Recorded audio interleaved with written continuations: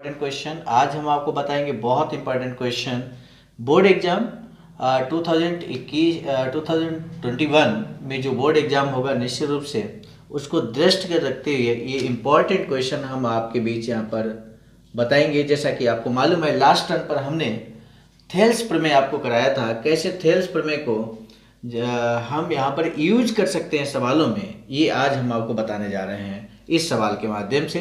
तो आप देख लीजिए, बहुत इंपॉर्टेंट सवाल आपके सामने है। इसको बड़े इजी वे में हम करके आपको बताएंगे। देखिए किस तरह से इस सवाल को सॉल्व करेंगे। जल्दी से इस सवाल पर आ जाते हैं। तो आइए सबसे पहले हम इस सवाल को पढ़ लेते हैं। लिखा है, नीचे दिए गए ट्रायंगल एबीसी में डीई समांतर एसी। तो डीई ये है और डीई समांतर एसी के है, यानी कि एसी देखिए ये है, फिगर में स्पष्ट रूप से आप देख सकते हो। आगे यहाँ पर क्या दिया गया, यदि डीसी समांतर एपी, तो डीसी ये है, तो डीसी समांतर किसके है, एपी के। ये ध्यान से अगर हम समझ लेंगे यहाँ पर तो बहुत आसानी से इस सवाल को हम सॉल्व कर सकते हैं। जहाँ बिंदु पी बीसी को आगे बढ़ाने पर स्थित है, आप अगर बीसी को आगे बढ़ाएंगे तो बिंदु पी यहाँ पर स्थित है। तब सिद्ध कीजिए। सिद्ध करने का पार्ट यहाँ स्पष्ट रूप से लिखा हुआ है। तो सबसे पहले सवाल में क्या करते हैं, जो सिद्ध करने वाले सवाल होते हैं, प्रूव करने वाले सवाल होते हैं, सबसे पहले उसमें गिवन लिखते हैं, क्या दिया गया है ये हम देख लेते हैं। यहाँ पर सबसे पहले ट्रायंगल एबीसी में डीई समांतर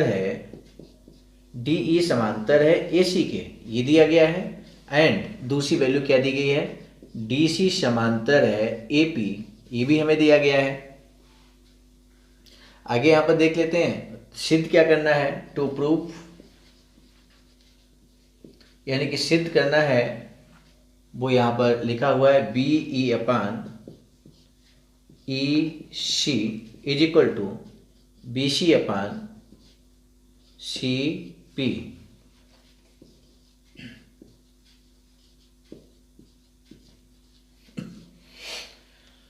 प्रूफ करेंगे यहाँ पे, बहुत आसानी से इस सवाल को हम प्रूफ कर लेंगे। यहाँ पर आप देखिए, सबसे पहले हम लिखेंगे ट्रायंगल, यहाँ पर हम ट्रायंगल ले लेते हैं A B C. Triangle A B C में क्या क्या गिवन है, यहाँ पर लिखा है डीई, लिखेंगे क्योंकि डीई समांतर एसी, यानी कि डीई समांतर एसी के हैं।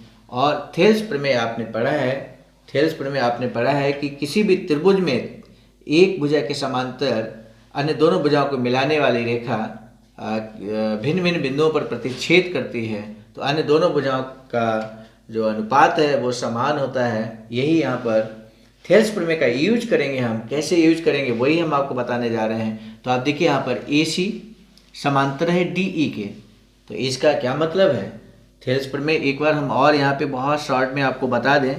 कुछ इस तरह का फिगर बनता था थेल्स प्रमेय में, इसको हम डीई कह दें।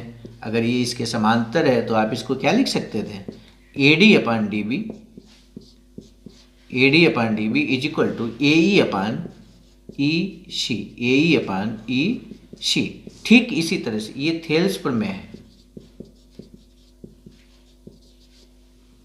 तो हम लिखेंगे थेल्स प्रमेय से, थेल्स प्रमेय का यूज करेंगे। तो आप देखिए, हम इस फिगर को ले रहे हैं, तो दिश अपान दिश, यानी कि BE upon E C equal to B D upon D A. Thales प्रमेय का यूज किया है हमने यहाँ पे। बीई अपान ई सी हमें मिल रहा है, बी अपान ई सी, तो इसको हम समीकरण नंबर 1 बना देंगे। इसके बाद इसका हम यूज कर चुके हैं। अब देखिए ये वैल्यू क्या है, डीसी समांतर एपी। तो डीसी समांतर एपी, यानी कि हम ट्रायंगल लेंगे A B P, triangle A B P में क्या गिवन है ये लिखना पड़ेगा। दिया गया है यहाँ पर डीसी समांतर ए पी, तो डीसी समांतर एपी, डी सी समांतर एपी, यानी कि पूरा ट्रायंगल लेंगे हम यहाँ पर, और ये भुजा इस भुजा के समांतर है, यानी कि दिस अपान दिस कह सकते हैं। दिस इंप्लाइज हम लिख सकते हैं यहाँ थेल्स प्रमेय से, थेल्स प्रमेय से हम लिख सकते हैं BC upon CP, BC upon CP equal to क्या हो जाएगा, BD अपान DA, BD अपान DA। और ये समीकरण नंबर हम 2 कह सकते हैं। इसको हमें देखना है, यहाँ पर ध्यान से देखिएगा। समीकरण 1 और 2 को हम ध्यान से देखें। यहाँ पर समीकरण 1 व 2 से, समीकरण 1 व 2 को हमें ध्यान से देखना है। यहाँ भी BD अपान DA है, यहाँ पर BD अपान DA है। इसका मतलब क्या है, RHS पार्ट समीकरण 1 और दोनों में सेम है। 1 और 2 में RHS part right hand side का जो पार्ट है वो सेम है।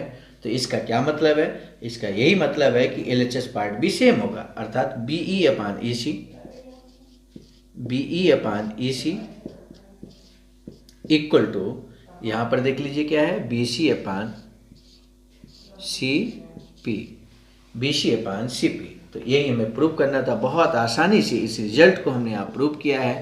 तो इस तरह से बहुत आसानी से इस तरह के सवालों को, प्रूविंग के सवालों को थेल्स प्रमेय का यूज करते हुए हम कर सकते हैं। निश्चित रूप से आप भी कर सकते हैं। तो इस तरह के सवाल इंपॉर्टेंट होते हैं। बोर्ड एग्जाम में 4 नंबर में इस तरह के सवाल पूछ दिए जाते हैं, कई बार 2 नंबर में भी इस तरह का सवाल आ जाता है इजी वे में।